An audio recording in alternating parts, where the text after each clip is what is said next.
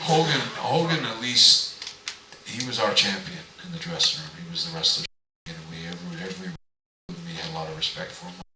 And he was a phenomenon that we all were so glad he was there anyway. And we all had a lot of respect for what he accomplished. And he really did kick the door in for wrestling for all of us that we're all sort of going through still now. But Warrior, that's not the same thing. I don't want to rag on poor Jim. Jim was always nice to me. He always treated me with respect, and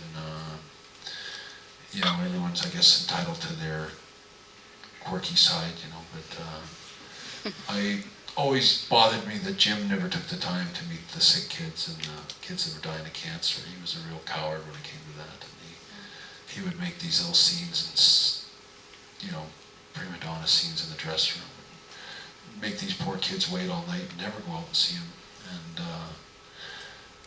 And I had no respect for him for that. And they'd ask him lots of times, and I saw him make these kids wait all, for hours and hours. And he was just so incompassionate and inconsiderate about, here he is, this wrestling hero, the star of the show, but he's back there crying about, screaming about how he doesn't want to go out and meet the Make-A-Wish kids because he's tired.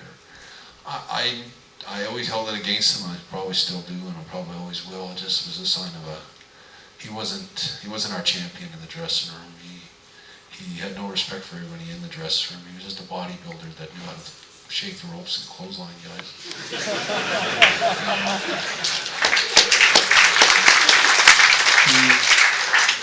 He earned his place though. He was a big part of things in those days, and he's got a right to be there too and have his moment. I'm glad that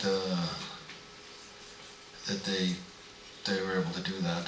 I as much as I don't necessarily have a lot of respect for Jim Hellwig, I felt bad when they did that video on him.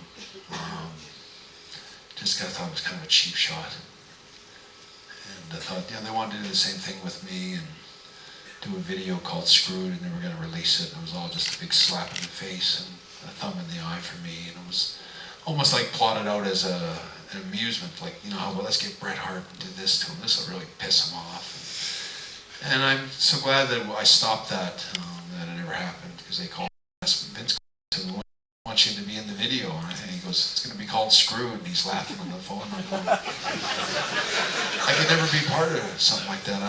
For whatever you think, I don't know. I even think I would want to be part of it, but I'm not going to, do something like that at my expense and have me on the video, And Vince did a about face and said, "We can do it any way you want." I think he was surprised that I said I really wanted to do something nice.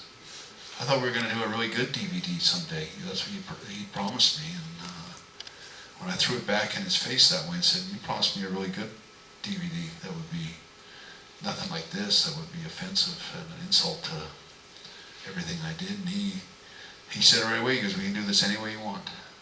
You can be in charge. You can have final edit, everything.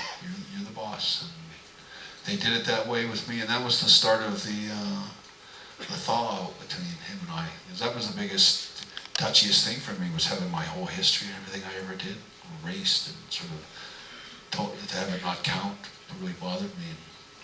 And, to release that DVD, and when you open up the WWE show like Raw and stuff today, they always show me kissing the belt, and that's the way it should be. I want to be remembered